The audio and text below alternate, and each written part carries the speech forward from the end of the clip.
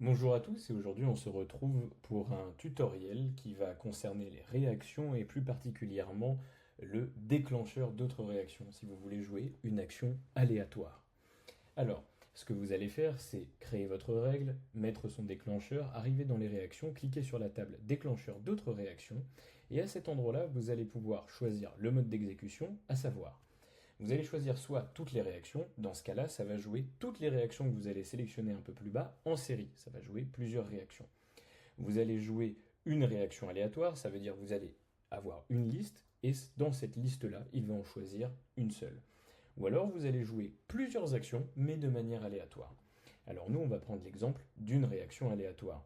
J'ai deux actions-réactions qui sont disponibles dans ma scène, je les ai créées au préalable, et dans ce cas-là, eh ben, si je mets action aléatoire et que je choisis ces deux-là, le système, quand il va jouer cette action, donc celle que nous venons de créer, va choisir entre ces deux-là. Par contre, si je choisis toutes les réactions et que je clique sur les deux ici, alors le système jouera ces deux réactions-là en série. La première, puis la deuxième. Si je choisis le dernier exemple, plusieurs réactions aléatoires, on va lui dire le nombre d'actions à exécuter. Donc là, on veut une parmi ces deux-là.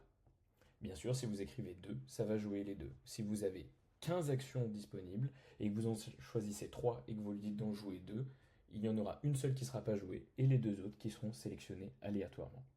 Voilà.